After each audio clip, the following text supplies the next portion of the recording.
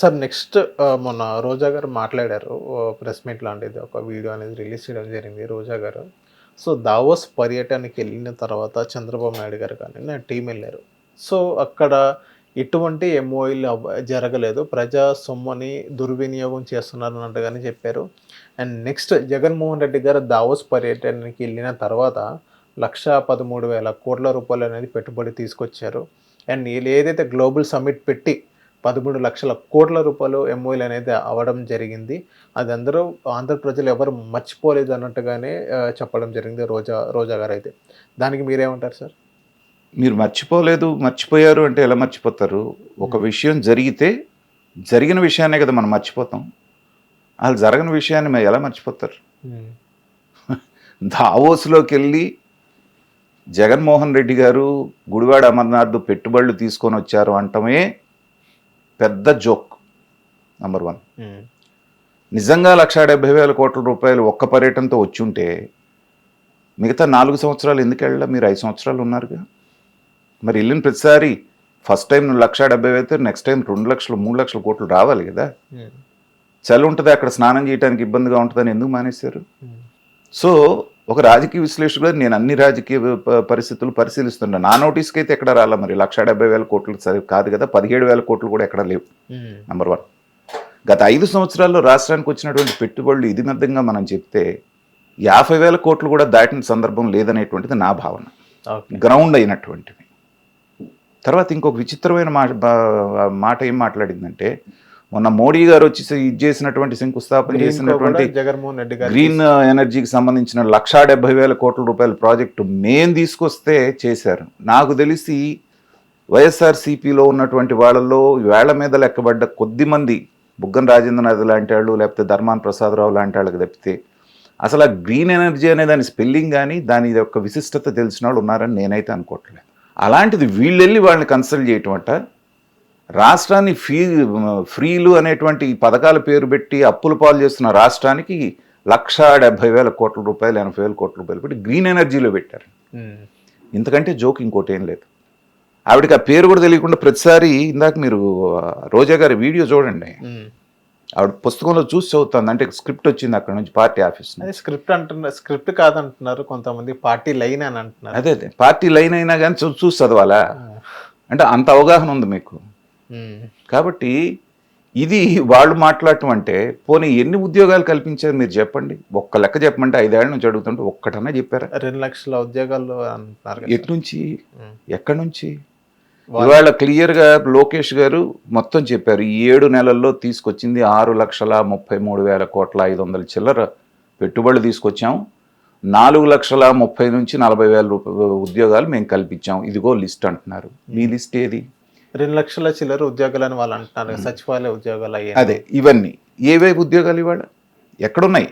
So టెంపరీగా ఇచ్చినటువంటివి వాలంటీర్లవి లేకపోతే RTC వాళ్ళవి, ఎప్పటి నుంచో ఆర్టీసీని గవర్నమెంట్లో కలిపి ఈ 50,000 ఉద్యోగాలు మేము, ఇది ఎవరికి తెలియదని. తర్వాత ఇన్వెస్ట్మెంట్ సమ్మిట్ వైజాగ్ గురించి మాట్లాడితే అంతకంటే కామెడీ ఇంకోటి లేదు.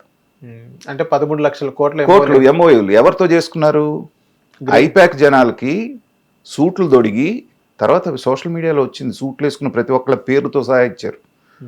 వాళ్ళల్లో 30 కొంతమంది ఐపాక్ సభ్యులు.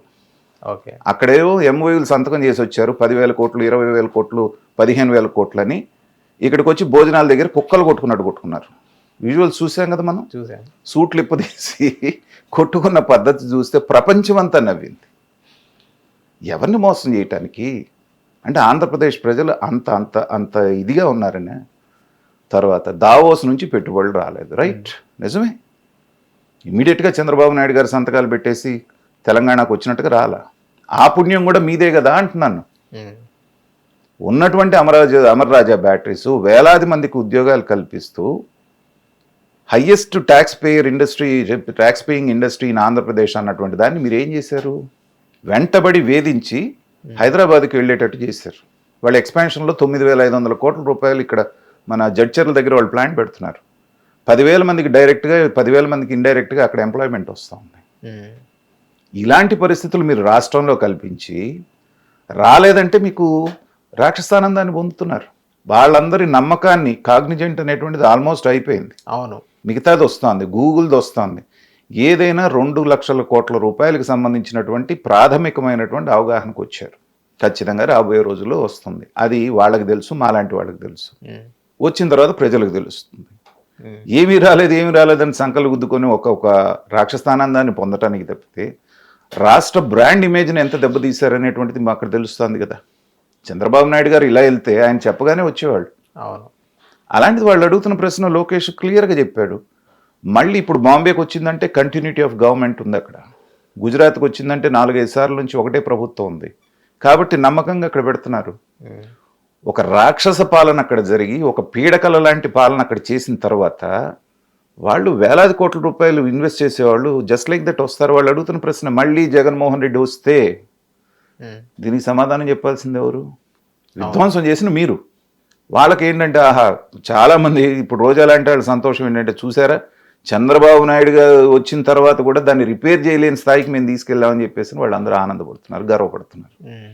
ఇలాంటి దౌర్భాగ్యం మనకి రావటం అనేటువంటిది ఆంధ్ర రాష్ట్ర దురదృష్టం.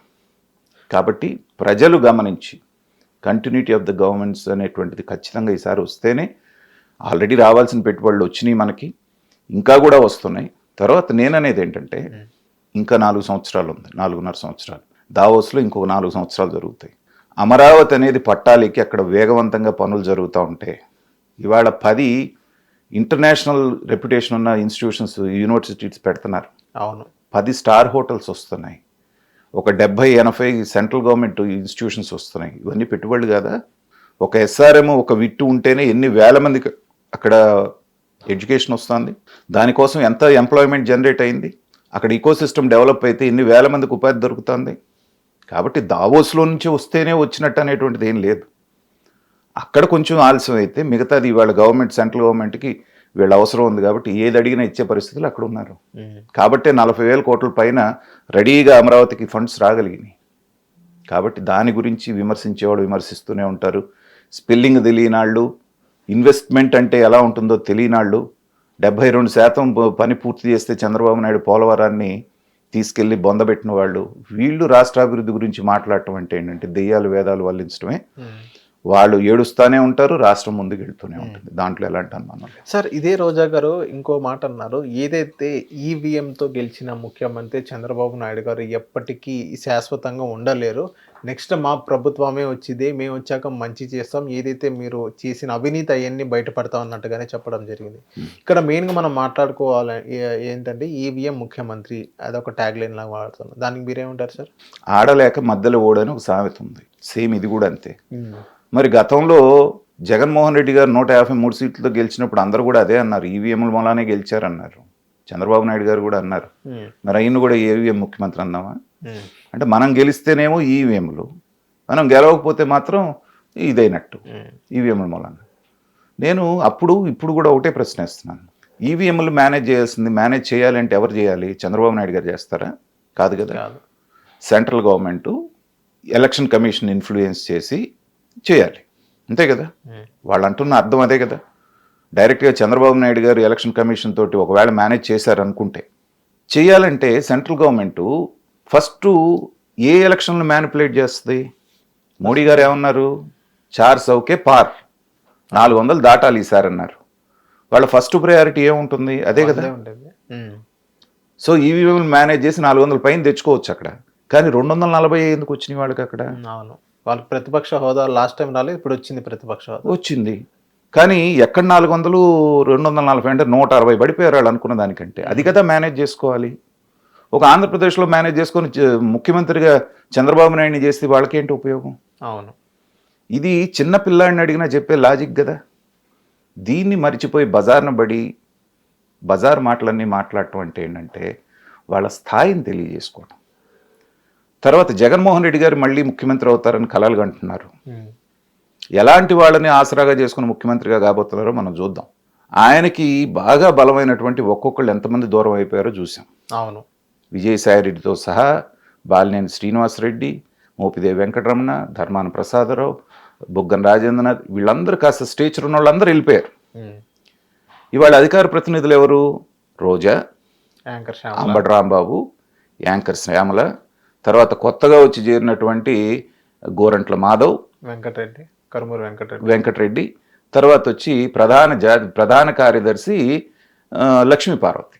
వీళ్ళని పెట్టుకొని ప్రజల్ని నమ్మించి జగన్మోహన్ రెడ్డి గారు ఇంకోసారి అధికారంలోకి వస్తారు. ఎవరైనా నమ్ముతారా? నేను చెప్పిన బ్యాచ్ని పెట్టుకొని వాళ్ళకి ప్రజలు వాళ్ళ పేరు చెప్తేనే అసహించుకుంటున్నారు కదా ఇవాళ.